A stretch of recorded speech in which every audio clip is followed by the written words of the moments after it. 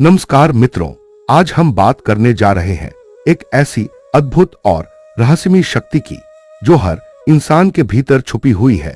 इसे कहते हैं कुंडलिनी शक्ति। योग और ध्यान के ग्रंथों में कहा गया है कि यह शक्ति जब जागृत होती है तो साधक के जीवन में गहरे परिवर्तन आते हैं, मानसिक, आध्यात्मिक और शारीरिक। लेकिन इसके बारे में जानना और सही तरीके से साधना उतना ही जरूरी है जितना इसके लाभ आए। सरल भाषा में समझते हैं कुंडलिनी शक्ति क्या है, इसके लाभ क्या है और इसे जागृत करने से पहले हमें किन बातों का ध्यान रखना चाहिए। एक कुंडलिनी शक्ति क्या है? योग शास्त्रों के अनुसार यह ऊर्जा हमारी रीढ़ की हड्डी के मूलाधार में सर्प की तरह कुंडली मारे बैठी रहती है। शांत अवस्था में हमें इसका अनुभव नहीं होता। जब साधना और अभ्यास से यह धीरे धीरे सक्रिय होती है तो भीतर से स्वतः आसन, मुद्राएं, प्राणायाम होने लगते हैं। इसे सर्प इसलिए कहा गया है क्योंकि जैसे सर्प कुंडली मार कर बैठता है वैसे ही यह ऊर्जा भी सुप्त रहती है और जागने पर ऊपर की ओर बढ़ती है। 7 चक्र और उनका महत्व। मूलाधार स्थिरता, सुरक्षा, मूलभूत आवश्यकताएं। स्वाधिष्ठान रचनात्मकता, भावनाएं। मणिपुर आत्मविश्वास, इच्छा शक्ति। अनाहत प्रेम, करुणा, भावनात्मक संतुलन। विशुद्धि, अभिव्यक्ति, प्रभावशाली वाणी। आज्ञा अंतर्ज्ञान, तीसरी आंख, विवेक। सहस्रार आत्मज्ञान, परम चेतना। हर चक्र को साधना और संतुलित करने के बाद ही अगले चक्र की ओर बढ़ना चाहिए। 3 कुंडलिनी जागरण के संभावित लाभ। ऊर्जा का नया स्तर, गहरी शांति, स्पष्ट सोच।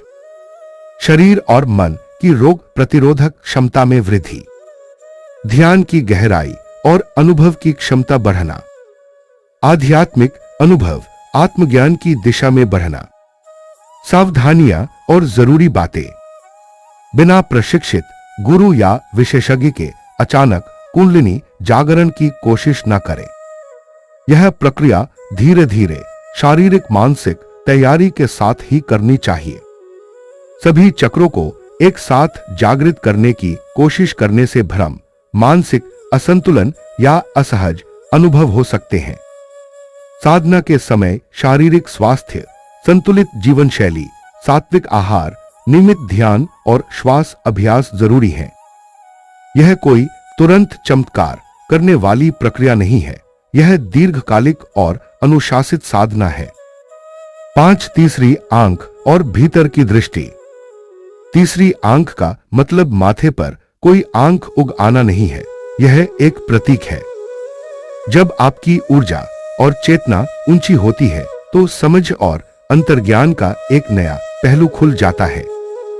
यह अनुभव भीतर की ओर देखने और अपने असली स्वरूप को जानने की क्षमता देता है। साधक के लिए सुझाव। पहले सामान्य योग, प्राणायाम, ध्यान से शुरुआत करें। शरीर और मन को शुद्ध करने वाली आदतें डालें। जब आप मानसिक रूप से स्थिर हों तभी उन्नत साधना की ओर जाएं। कुंडलिनी को लक्ष्य न बनाकर ध्यान और योग को जीवन का हिस्सा बनाइए। ऊर्जा अपने आप सही समय पर जागृत होगी। 7 निष्कर्ष। कुंडलिनी शक्ति कोई डरावनी या जादुई चीज नहीं है, यह हमारी ही जीवन ऊर्जा है जो सही साधना और समय पर जागृत होकर हमें ऊंचे अनुभव तक ले जाती है। लेकिन यह तभी शुभ और लाभकारी होती है जब हम इसे समझदारी और संयम के साथ करें।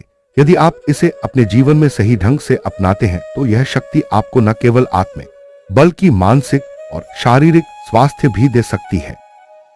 यदि आपको यह जानकारी उपयोगी लगी तो चैनल को सब्सक्राइब करें ताकि हम आगे भी योग, ध्यान और आध्यात्मिक ज्ञान की सरल और प्रामाणिक बातें आपके साथ साझा कर सके। धन्यवाद।